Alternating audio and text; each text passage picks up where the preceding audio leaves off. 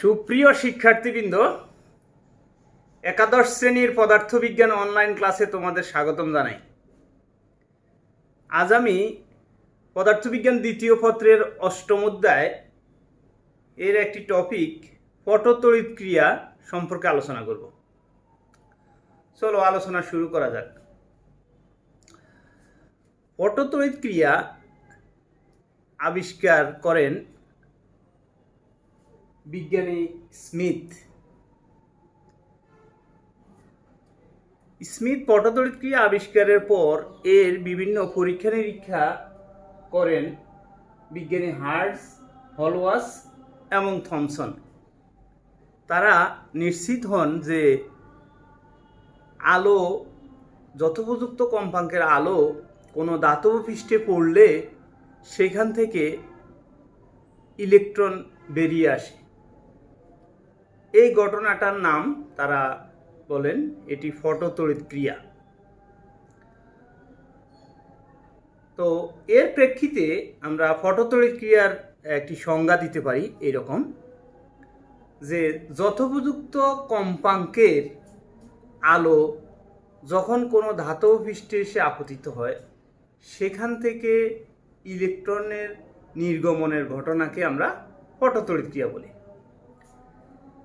আর এই ক্রিয়ায় যে ইলেকট্রনটি নির্গত হয় সেই ইলেকট্রনকে আমরা পটো ইলেকট্রন বলি। তো এটি যেহেতু 1900 সালের পূর্বেই ঘটেছিল, অতএব এর সম্পর্কে পটতড়িৎ ক্রিয়া সম্পর্কে স্মিথ, হার্টজ, হলওয়াস এবং থমসন আসলে যথোপযুক্ত ব্যাখ্যা দিতে সক্ষম হননি, কারণ তখন আলোকে নিরবিচ্ছিন্ন অর্থাৎ কন্টিনিউয়াস তড়িৎচুম্বকীয় তরঙ্গ ভাবা হতো, যার কারণে তারা যথাযথভাবে এর ব্যাখ্যা দিতে সক্ষম হননি। পরবর্তীতে 1905 সালে বিজ্ঞানী আইনস্টাইন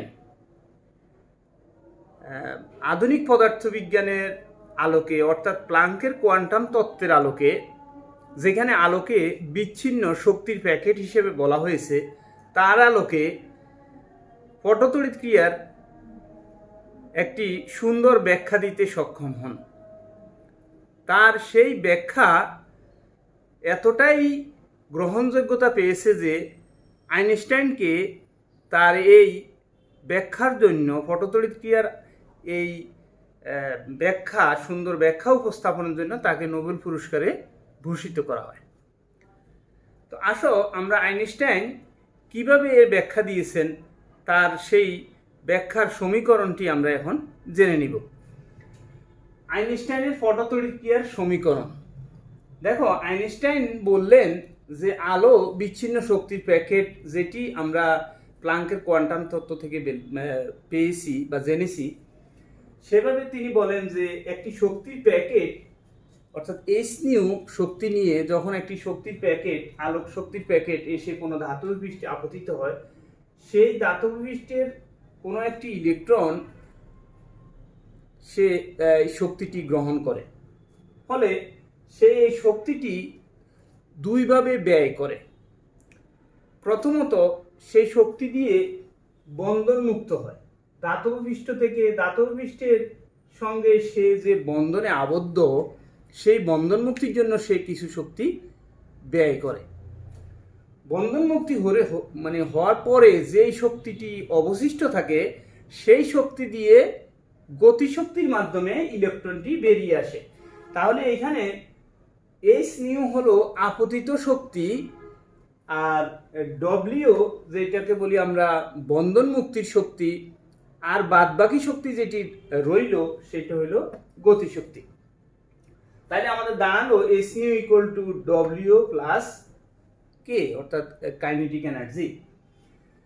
এখন যদি বন্ধন মুক্তির জন্য আমাদের শক্তি ব্যয় সর্বনিম্ন হয়, তখন আমরা তাকে বলি কার্যাপেক্ষক, ওয়ার্ক ফাংশন। তখন সেই কার্যাপেক্ষককে আমরা ডব্লিউ নট দিয়ে বলি। তাহলে কার্যাপেক্ষকের সংজ্ঞাটা আমরা এখন এখান থেকে জেনে নিতে পারি।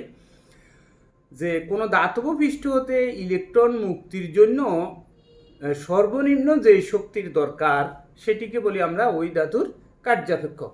এখানে উল্লেখ্য যে যে সকল ধাতুর কার্যাপেক্ষক একই নয়, বিভিন্ন পদার্থের জন্য কার্যাপেক্ষক ভিন্ন ভিন্ন, কারণ ভিন্ন ভিন্ন পদার্থের ইলেকট্রনগুলো ভিন্ন ভিন্ন বন্ধন শক্তিতে আবদ্ধ, সেজন্য বিভিন্ন পদার্থের কার্যাপেক্ষকও ভিন্ন ভিন্ন হবে। কার্যাপেক্ষক প্লাস তখন যদি আমাদের সর্বনিম্ন শক্তি দিয়ে আমি বন্ধন মুক্তি ঘটাতে পারি তাহলে আমার গতিশক্তিটা সর্বোচ্চ হবে, এই জন্য আমরা কে ম্যাক্সিমাম লিখেছি। কার্যাপেক্ষককে আমরা এস নিউ নট হিসেবে লিখেছি। এস নিউ নট একটা শক্তির পরিমাণ, যেখানে এস আমরা জানি আগে থেকেই যে এটি প্লাঙ্কের ধ্রুবক, আর নিউ নটটা হলো এখানে শোষণ কম্পাঙ্ক। নিউ নট হলো এখানে শোষণ কম্পাঙ্ক। তাইলে এই শোষণ কম্পাঙ্কটি কি, তাইলে আমরা এটা একটু জেনে নিই। অর্থাৎ কোনো ধাতব পৃষ্ঠ হতে ইলেকট্রন মুক্তির জন্য সর্বনিম্ন যেই কম্পাঙ্কের আলো দরকার সেই কম্পাঙ্ককে আমরা বলছি শোষণ কম্পাঙ্ক। আর এখানে গতিশক্তি আমরা জানি হাফ এম বি স্কোয়ার, তাইলে যেহেতু সর্বোচ্চ গতিশক্তি half m v max square লেখা হয়েছে। এখানে এম হলো ইলেকট্রনের ভর আর বি হলো ইলেকট্রনের সর্বোচ্চ বেগ। আবার আমরা জানি nu equal to C by lambda, অর্থাৎ আমরা এখানে লিখতে পারি H C divided by lambda naught, যেখানে কার্যাপেক্ষককে আমরা এইচ নিউ নট অথবা H C divided by lambda naught আকারেও প্রকাশ করতে পারি।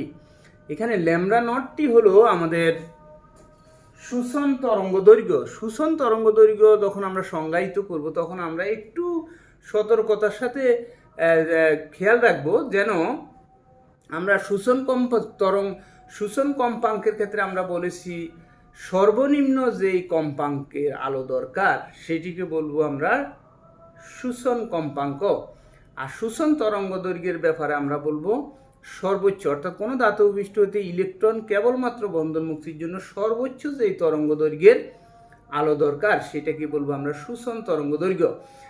এখানে আমরা কম্পাঙ্কের ক্ষেত্রে সর্বনিম্ন বলেছি আর তরঙ্গ দৈর্ঘ্যের ব্যাপারে আমরা সর্বোচ্চ বলছি, কারণ হইল তরঙ্গ দৈর্ঘ্য এবং কম্পাঙ্ক এরা পরস্পর ব্যস্তানুপাতিক। অর্থাৎ দেখো এখানে h nu naught equal to h c divide by lambda naught, অর্থাৎ ল্যামডা নট এবং নিউ নট পরস্পর ব্যস্তানুপাতিক হওয়ায় আমরা কম্পাঙ্কের ব্যাপারে যেটা সর্বনিম্ন বলেছি তরঙ্গ দৈর্ঘ্যের ব্যাপারে আমরা সেটি সর্বোচ্চ বলতে হবে। তো আমরা এখানে আরো যে ইয়েগুলো এখানে আমরা অলরেডি বলে ফেলেছি, আবারও একটু তোমাদের মনে থাকার জন্য বলছি।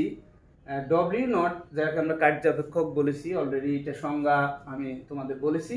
কে ম্যাক্সিমাম ইলেকট্রনের সর্বোচ্চ গতিশক্তি, বি ম্যাক্সিমাম ইলেকট্রনের সর্বোচ্চ বেগ, এম ইলেকট্রনের ভর, নিউ নট শোষণ কম্পাঙ্ক, ল্যামডা নট শোষণ তরঙ্গ দৈর্ঘ্য। এবার আসো আমরা যদি এই সমীকরণটিকে আমরা এইভাবে লিখি, K maximum equal to H nu minus W naught, এইভাবে আমরা লিখতে পারি, যেখানে আমরা H nu minus H nu নটও এটাকে প্রকাশ করতে পারি। তো দেখো Y equal to M x minus C, এটি একটি সমীকরণ, একটি সরলরেখা সমীকরণ যা মূল বিন্দুগামী নয়। এই সমীকরণটি মূল বিন্দুগামী নয়, কিন্তু ওয়াই অক্ষকে নেগেটিভ, যেহেতু মাইনাস সি অর্থাৎ মাইনাস আছে, এটি ওয়াই অক্ষকে ঋণাত্মক অংশে অর্থাৎ নেগেটিভ সাইডে ছেদকারী একটি সরল রেখা হবে। তো আমরা এই সমীকরণটাকে যদি y equal to M x minus c এর সাথে কম্পেয়ার করি তাহলে আমরা দেখতে পাই সি এর পরিবর্তে ডব্লিউ নট, অর্থাৎ আমাদের সি যেটি ওয়াই অক্ষকে ছেদকারী অংশ সেটি আমাদের ডব্লিউ নট অর্থাৎ কার্যাপেক্ষক প্রকাশ করবে। আর এম যেটি আমরা এইচ এর পরিবর্তে এম কে বলতে পারি, অর্থাৎ এম মানে হলো ঢাল বা ট্যান থিটা হলো ঢাল, লম্ব বাই ভূমি হলো ঢাল, যেখানে এখানে এম মানে হইল এইচ আমাদের যেটি প্লাঙ্কের ধ্রুবক প্রকাশ করে। আমরা এই সমীকরণের সঙ্গে এটাকে তুলনা করে এটি পেলাম।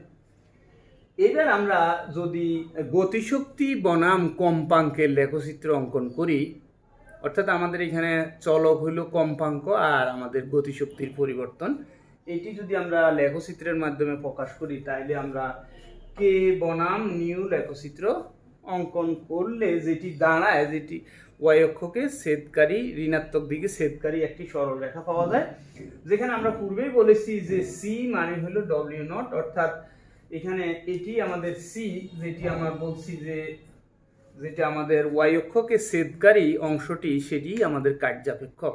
তাহলে আমাদের অনেক সময় এগুলো বিভিন্ন পরীক্ষায় যাচাই করা হয়, তোমরা একটু কেয়ারফুলি এটা একটু শিখবে যে আমাদের কার্যাপেক্ষকটা এখানে ওয়াই অক্ষকে ছেদকারী অংশ কার্যাপেক্ষক প্রকাশ করে। তাছাড়াও আমাদের এক্স অক্ষকে, আমাদের এই সরল রেখাটি এক্স অক্ষকে যে বিন্দুতে ছেদ করে সেটি আমাদের সূচন কম্পাঙ্ক, এই যে সূচন কম্পাঙ্ক নিউ নট।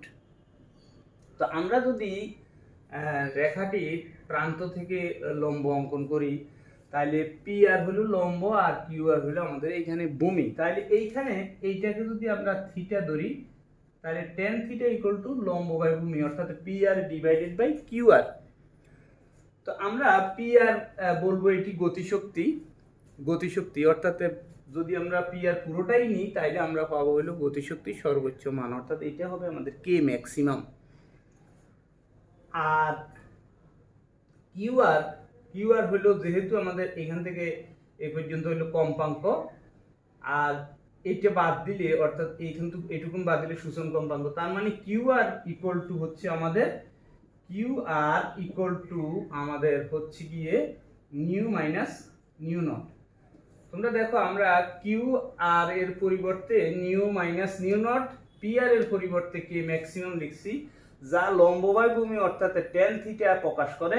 আর টেন থিটাটা হইলো আমাদের এই লেখচিত্রের ঢাল, আর এই লেখচিত্রের ঢাল হইল এম, এম মানে আমরা আবার বলছি কম্পেয়ার করে এইচ। তার মানে আমরা সমীকরণ থেকে এবং লেখচিত্র থেকে একযোগে দেখতে পাচ্ছি যে আমাদের এই লেখচিত্রের ঢাল হলো প্লাঙ্কের ধ্রুবক প্রকাশ করে, যা কিনা K maximum divided by nu minus nu naught. তাইলে আমরা এইখান থেকে এই লেখচিত্র থেকে আমরা কয়েকটি পয়েন্ট আমরা একটু জানতে চাই বা খেয়াল রাখতে চাই। সেটি হলো ওয়াই অক্ষকে ছেদকারী ঋণাত্মক অংশ, সেটি হইল কার্যাপেক্ষক প্রকাশ করে। এক্স অক্ষকে ছেদকারী অংশ যেটি হইল আমাদের সূচন কম্পাঙ্ক প্রকাশ করে, এবং গতিশক্তি বনাম কম্পাঙ্ক লেখচিত্রের ঢাল হইল প্লাঙ্কের ধ্রুবক প্রকাশ করে। তাহলে এই রাশিগুলো আমরা একটু জেনে রাখবো, এবং এই লেখচিত্র দেখে বা বুঝে যেন আমরা এগুলো সম্পর্কে ধারণা নিতে পারি, সেগুলো আমরা অবশ্যই চর্চা করব। তো আজকে আমি যেই সমীকরণটা, অর্থাৎ বিশেষ করে আইনস্টাইনের যেই প্রোটতড়িৎ ক্রিয়ার সমীকরণ, এই সমীকরণটির উপরে আমাদের বিভিন্ন প্রশ্ন করা হয়। কখনো গতিশক্তি হিসাব করতে দেওয়া হয়, কখনো সর্বোচ্চ বেগ হিসাব করতে দেওয়া হয়, কখনো কার্যাপেক্ষক হিসাব করতে দেওয়া হয়। বিভিন্ন প্রশ্ন এই সমীকরণ দিয়ে আমাদের পরীক্ষায় আসে। অতএব তোমরা এই সমীকরণটির আলোকে যতগুলো প্রবলেম বইতে পাবে সেগুলো প্র্যাকটিস করো। তোমরা এই প্র্যাকটিস করলে ইনশাল্লাহ এই সমস্যাগুলো তোমরা সমাধান করতে পারবে। তো তোমরা ভালো থাকো, সুস্থ থাকো। আজ এই পর্যন্ত, আল্লাহ হাফেজ।